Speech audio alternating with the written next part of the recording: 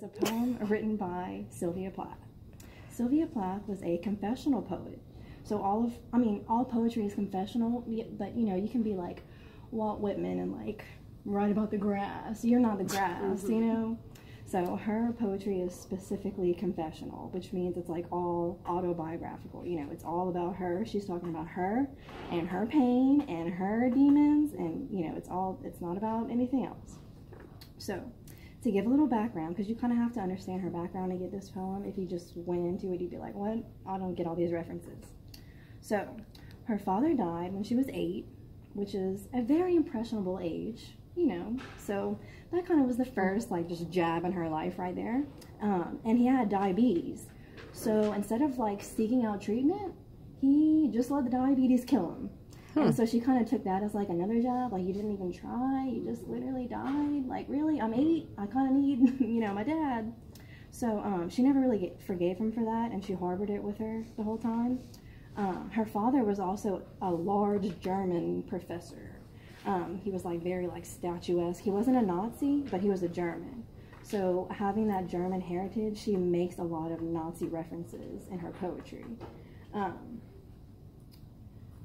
But mostly it's about her suicide, which that's like the first thing anybody knows if you say Sylvia Plath. Oh yeah, she killed herself. Yeah, it's like one of the most famous. She put her head in the oven and asphyxiated herself. Asphyxiated. Yeah. Like she really did kill herself? Yeah, she turned. Oh yeah. That works? Oh yeah. Okay, that would work. Oh wow. Yeah. So it's mostly about her suicide. She tried to kill herself when she was 20, but she failed. With the head in the oven? No, that was a different time. Okay. She took a bunch of sleeping pills, and she literally crawled under their house and just like went to sleep for like a day, and then they were like, oh, we found Sylvia, she's sleeping.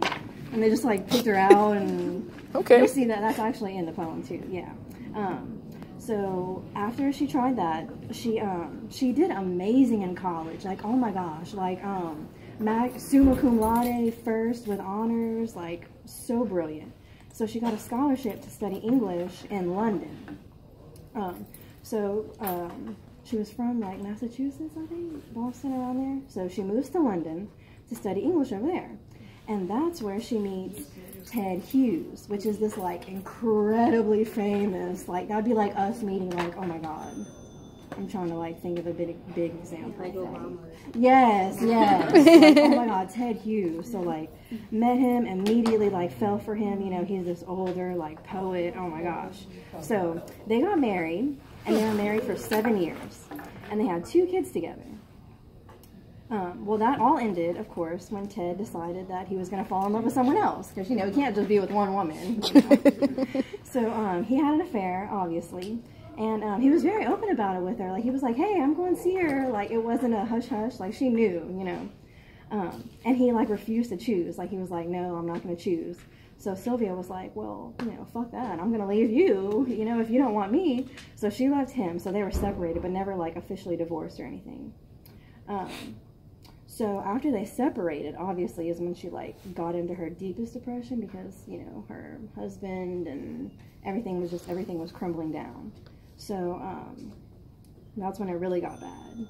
And with the 2 kids upstairs in the bedroom, she left like some milk and bread for them, so if it would be a while before anyone found it, they had a little snack. And she like opened the window so the gas wouldn't affect them. She did it like she was good about it, I guess.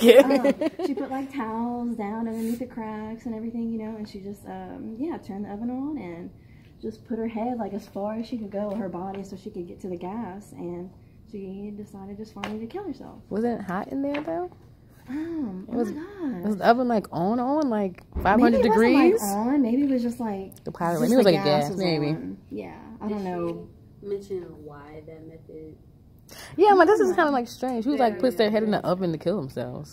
Because she thought well about it. Yeah. So I'm like, I guess maybe she didn't want anything like gruesome, usually women don't do like. Yeah. So I don't know why that. Anne Sexton is another like one of the big famous confessional poets, and she pretty much did the same thing, but she did it where you sit in your car and just like put the So I don't know. Maybe that's just like an easy way, So So yeah, she finally killed herself, and all of her poems, this one is Lady Lazarus.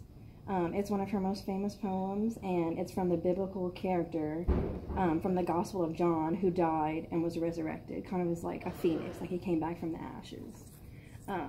So her like best poems, this one, Lady Lazarus and Daddy, obviously about her dad, are like, they were written like not long after she died, because that's when like the most was coming out and she just couldn't take it anymore, you know. So with all that, this is Lady Lazarus. Also, again, there's actually recordings of her, like, she didn't really get famous, obviously, until she died. Then we were like, oh my god, this is great. But she was kind of, like, enough that she recorded it and, you know, was kind of circulating out there. So again, like, I've listened to it so many times, I can't help but want to imitate it, you know, so I'm going to read it like that. And she has this, oh my gosh, her voice, like, oh, like, she was from here, though, the States, not London, but, like, her voice is awesome. Y'all should go on YouTube and, like, listen to it, because she does it just so much better. But, okay, I'm going to try to imitate her. All right, Lady Lazarus. I have done it again. 1 year in Everton, I manage it. A sort of walking miracle. My skin bright as a Nazi lampshade.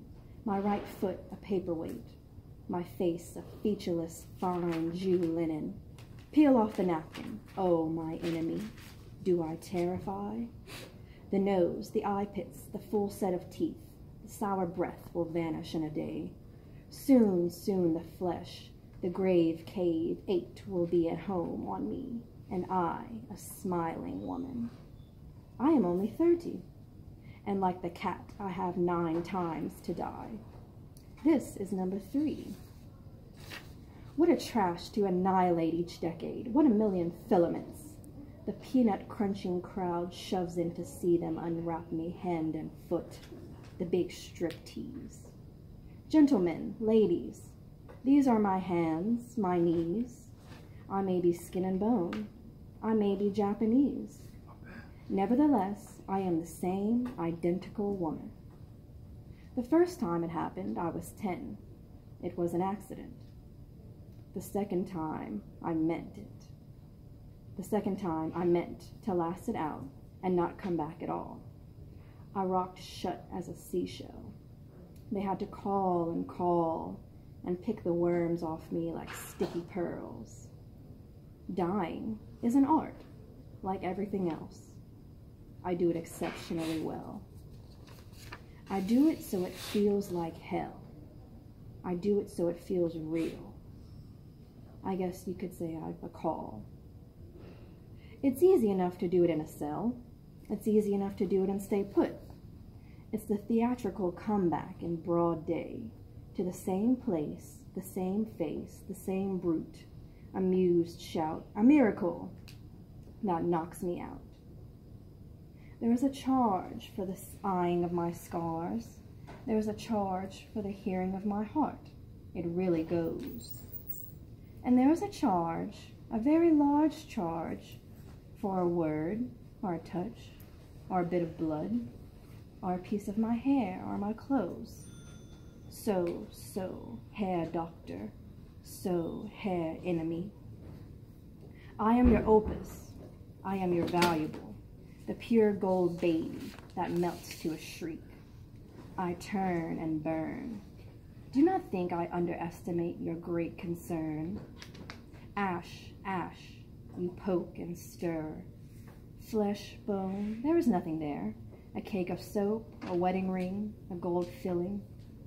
Herr God, Herr Lucifer, beware, beware. Out of the ash I rise with my red hair, and I eat men like air.